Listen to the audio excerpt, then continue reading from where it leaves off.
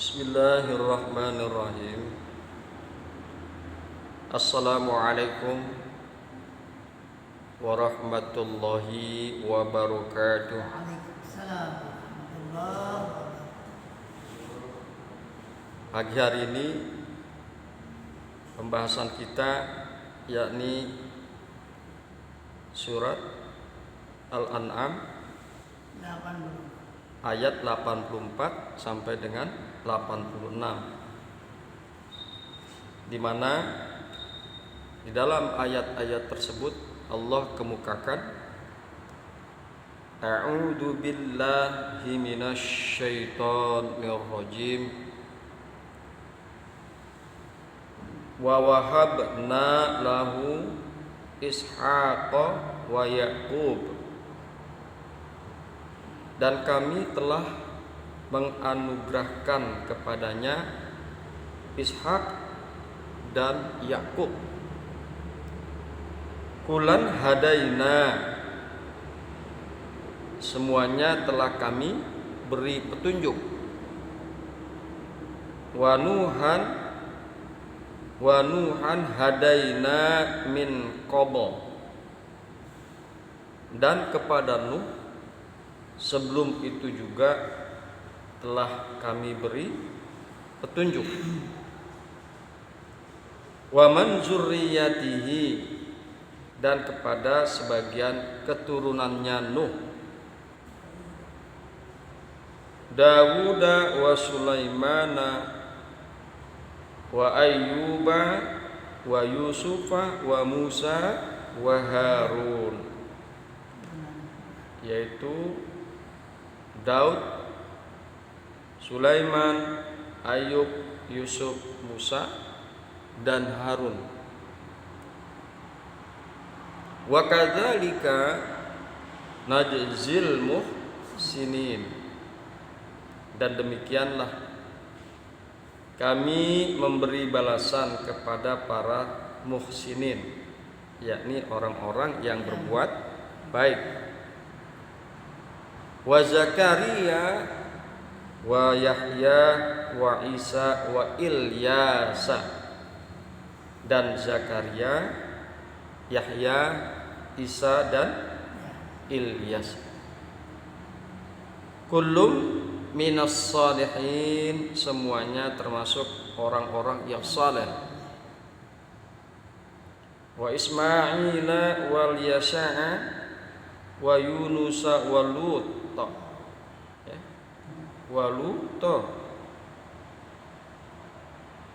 dan Ismail, Ilyasa, Yunus, dan Lut. Wa kullan faddalna 'alal 'alamin,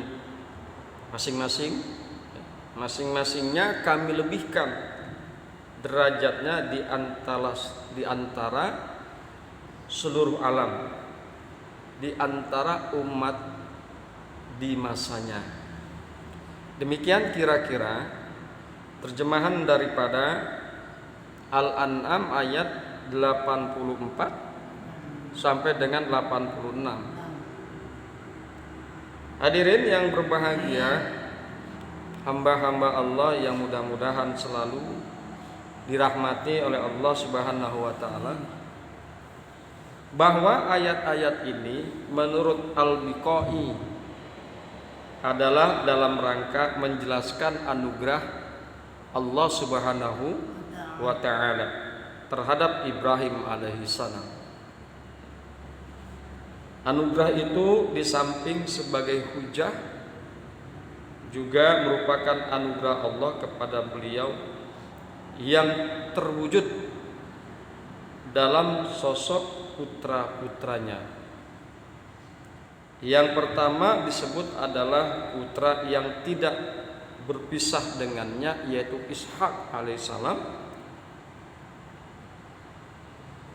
Ya, lalu putra-putranya atau cucunya yaitu Yakub alaihi salam. Karena Yakub merupakan ayah yang melahirkan anak cucu membawa ajaran-ajaran ilahi. Yakub ini disebut dengan Israel. Jadi kalau Bani Israel itu adalah ya keturunan Yakub. Banyak sekali dari Bani Israel yang diangkat oleh Allah Subhanahu wa taala sebagai nabi dan rasul.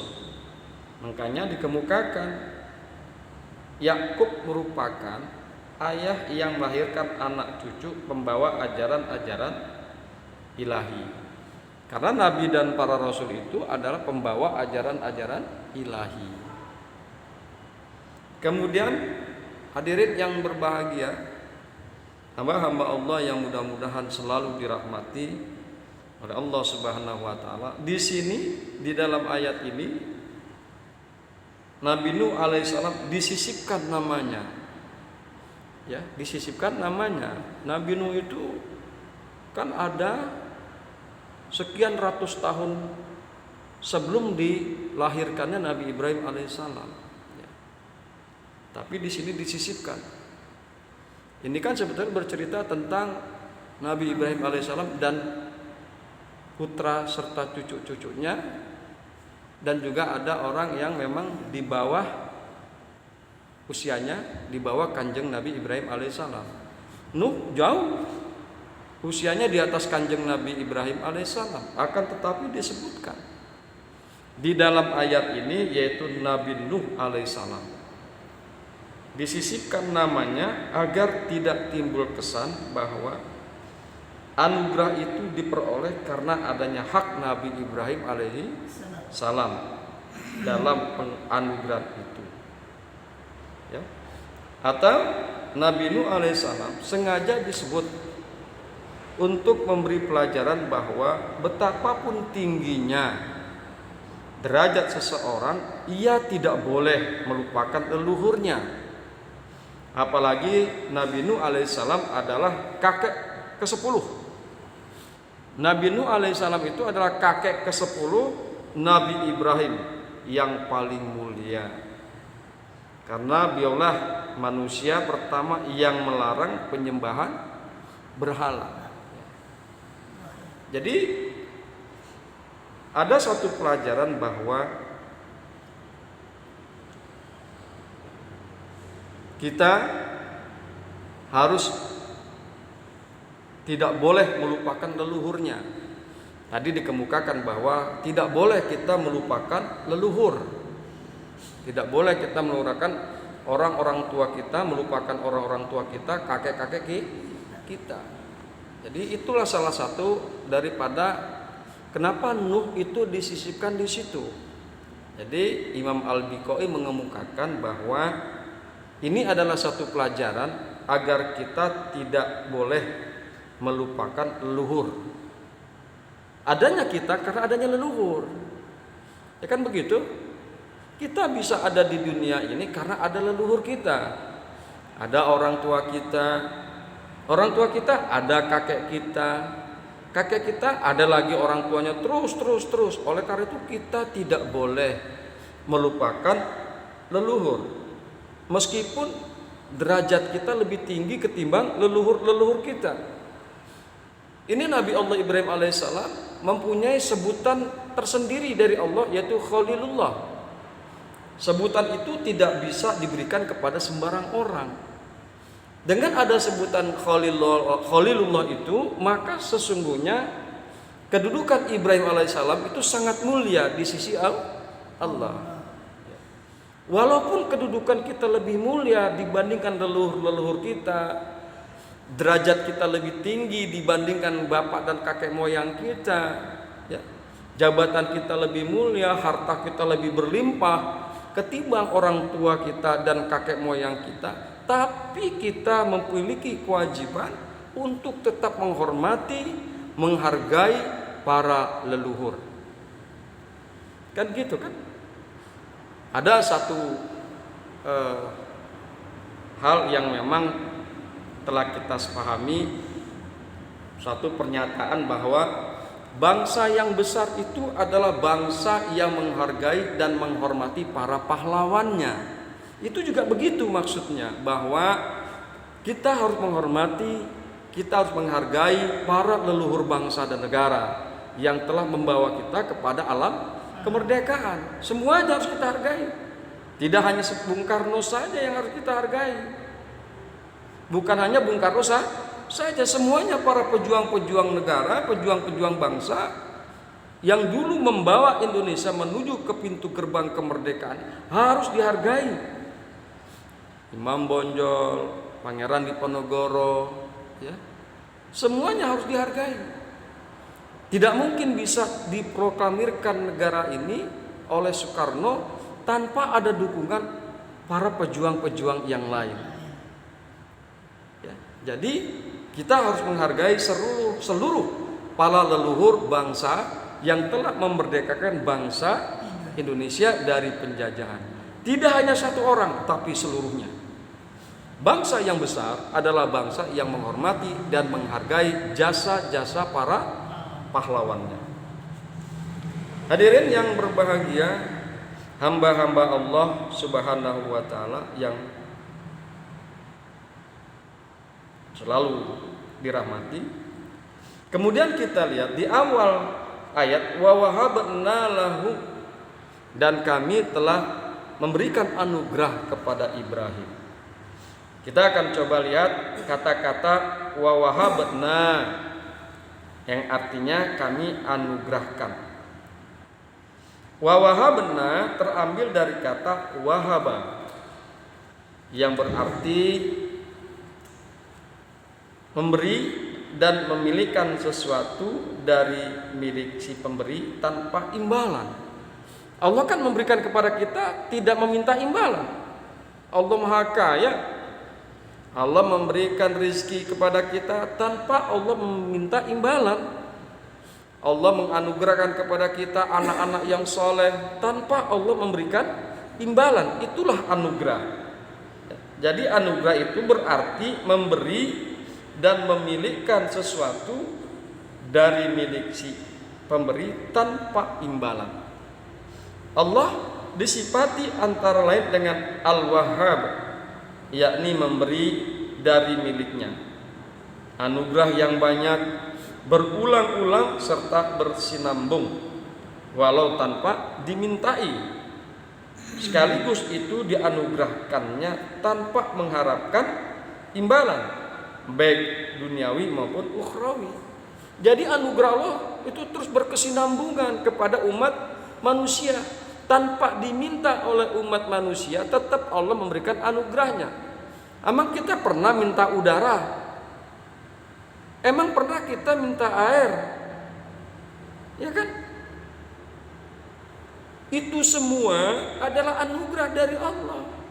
Tanpa kita minta, anugerah itu terus berjalan dan berkesinambungan terus menerus. Dan Allah tidak pernah meminta imbalan kepada kita terhadap anugerah yang diberikannya, baik imbalan duniawi maupun ukhrawi. Selanjutnya, anugerah itu merupakan nikmat dan bertujuan baik pada saat pemberiannya maupun pada masa yang akan datang. Demikian Ibnu Al-Arabi. Oleh karena itu, apa yang diberikan oleh orang kafir, apa yang diperoleh orang kafir tidak dilukiskan dengan kata wahaba, karena anugerah itu dapat menjadi bencana untuknya. Kan begitu? Kalau orang kafir itu kan jelas bertentangan dengan Allah, menentang Allah dan Rasulnya. Jadi kalau seandainya diberikan dia anugerah, katakan saja anak saja diberikan anugerah, bahwa anak yang soleh itu kan akan membawa orang tuanya, bisa membantu orang tuanya ke pintu gerbang surga. Tapi kalau diberikan kepada orang kafir anak, justru mereka akan membawa orang tuanya ke neraka. Oleh karena itu anugerah yang diberikan, pemberian Allah kepada orang-orang kafir tidak disebut dengan anugerah. Tidak disebut dengan anugerah. Ya. Tapi pemberian kepada orang-orang yang beriman, kepada orang-orang mukmin disebut dengan anugerah. Hadirin yang berbahagia, hamba-hamba Allah yang mudah-mudahan selalu dirahmati oleh Allah Subhanahu wa taala. Dalam ayat tersebut yang tadi telah kita baca, anugerah Allah berupa anak cucu dilukiskan dengan kata wahaba. Ini mengisyaratkan bahwa anugerah itu merupakan nikmat yang bersinambung. Memang mereka yang disebut oleh ayat-ayat ini merupakan tokoh-tokoh yang namanya sangat harum sepanjang masa, dan mereka semua mempunyai hubungan Nabi dengan Nabi Ibrahim alaihissalam. Ada hubungan secara langsung anak, putra dan cucu-cucu Nabi Ibrahim, ada yang tidak secara langsung. Yang tidak secara langsung siapa? Nuh alaihissalam. Tapi dia tetap berhubungan dengan Ibrahim alaihissalam, karena Nuh itu adalah kakek ke-10 dari kanjeng Nabi Ibrahim alaihissalam. Ada juga yang disebutkan Lut. Lut itu adalah keponakan. Lut itu adalah keponakan kanjeng Nabi Ibrahim alaihissalam. Di dalam tafsir Jalalain dikemukakan tentang Lut. Lut itu adalah ibna Harona akhi Ibrahim. Jadi Lut itu adalah anak Haron. Haron itu siapa? Haron itu adalah saudara kanjeng Nabi Ibrahim alaihissalam. Jadi Lut itu adalah keponakan. Ya. Jadi semua ayat nabi-nabi yang disebutkan di sini 18 nabi itu ada hubungannya dengan kanjeng Nabi Ibrahim alaihissalam, dan kita harus meyakini bahwa 18 itu adalah semuanya nabi. Adalah semuanya nabi dan rasul.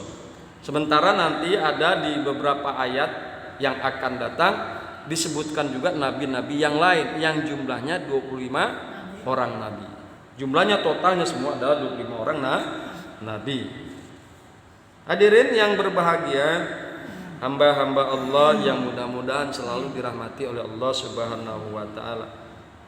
Jadi memang ayat ini berbicara tentang anugerah, yaitu wa wahabna lahu, kami menganugerahkan, kami telah menganugerahkan kepada Ibrahim. Ayat-ayat ini kita bicara tentang anugerah. Sementara ulama menjadikan ayat ini sebagai isyarat bahwa keturunan adalah anugerah, dan bahwa hubungan seksual bukan jaminan lahirnya anak. Jadi hubungan seksual itu bukan jaminan lahirnya anak.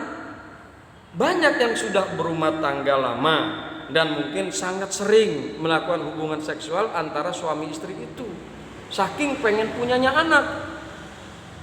Hubungan seksual mungkin bisa setiap hari, ya, mungkin bisa setiap saat.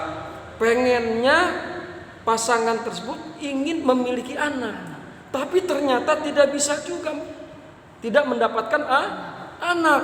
Banyak kita lihat orang sudah sekian tahun menikah tapi belum dikaruniai anak. Jadi sekali lagi bahwa anak itu adalah anugerah. Anak itu adalah anugerah yang memang Allah berikan kepada siapa saja yang Allah kehendaki. Ya. Oleh karena itu kita yang sudah punya anak patut bersyukur. Bagaimana cara bentuk syukurnya? Mendidik anak menjadi anak yang soleh dan soleha, berbakti kepada bangsa, negara dan agama, berbakti kepada Allah dan Rasulnya. Itulah cara kita mensyukuri anugerah yang berupa anak.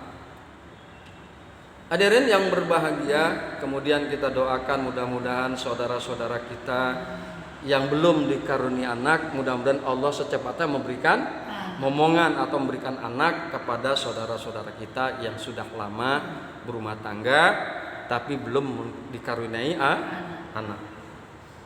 Hadirin yang berbahagia, hamba-hamba Allah yang mudah-mudahan selalu dirahmati oleh Allah Subhanahu wa taala. Penggunakan kata wahaba itu menunjukkan bahwa anugerah yang diperoleh bukan atas dasar kepemilikan hak, tetapi semata-mata karena kasih sayang si pemberi, karena cinta dan kasih sayangnya Allah kepada kita. Rizki yang kita dapatkan karena saking sayangnya Allah kepada kita. Anak yang kita dapatkan karena saking sayangnya dan cintanya Allah kepada kita. Oleh karena itu Sekali lagi, penggunaan kata wahaba itu menunjukkan bahwa anugerah yang diperoleh bukan atas dasar kepemilikan hak, tetapi semata-mata karena kasih sayang si pemberi. Memang jika Anda memberi apa yang merupakan hak orang lain, maka pemberian itu tidak lagi dinamai anugerah. Apa itu? Contohnya upah. Upahnya pekerja, itu kan memang haknya pekerja. Kemudian kita kasih gaji, kita kasih upah kepada pekerja tersebut.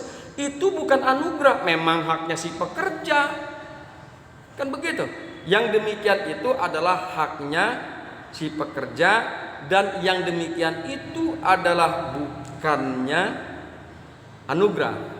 Itu adalah upah. Pegawai yang bekerja seperti PNS atau pegawai apa saja, baik PNS maupun swasta, ya, upah yang diberikan kepada orang tersebut, gaji yang diberikan kepada orang-orang tersebut bukanlah masuk ke dalam kategori anugerah. Itu memang haknya mereka, haknya PNS atau haknya pegawai swasta yang harus diberikan pada mereka.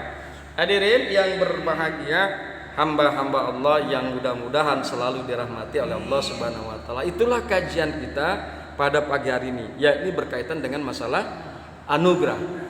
Anugerah ini patut kita syukuri kepada kita. Kita harus patut syukuri atas anugerah tersebut.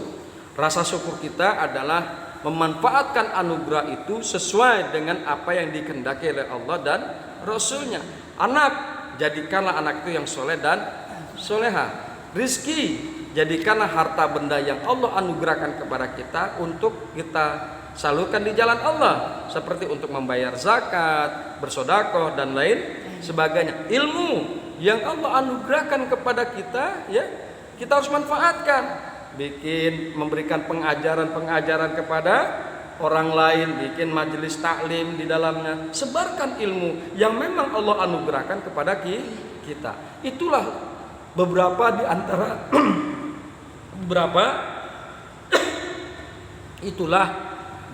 antara bentuk syukur yang memang harus kita jalankan terhadap anugerah yang Allah berikan kepada kita. Demikian pembahasan kita, mudah-mudahan bermanfaat. Hadanallah wa iyyakum ajma'in. Assalamualaikum warahmatullahi wabarakatuh.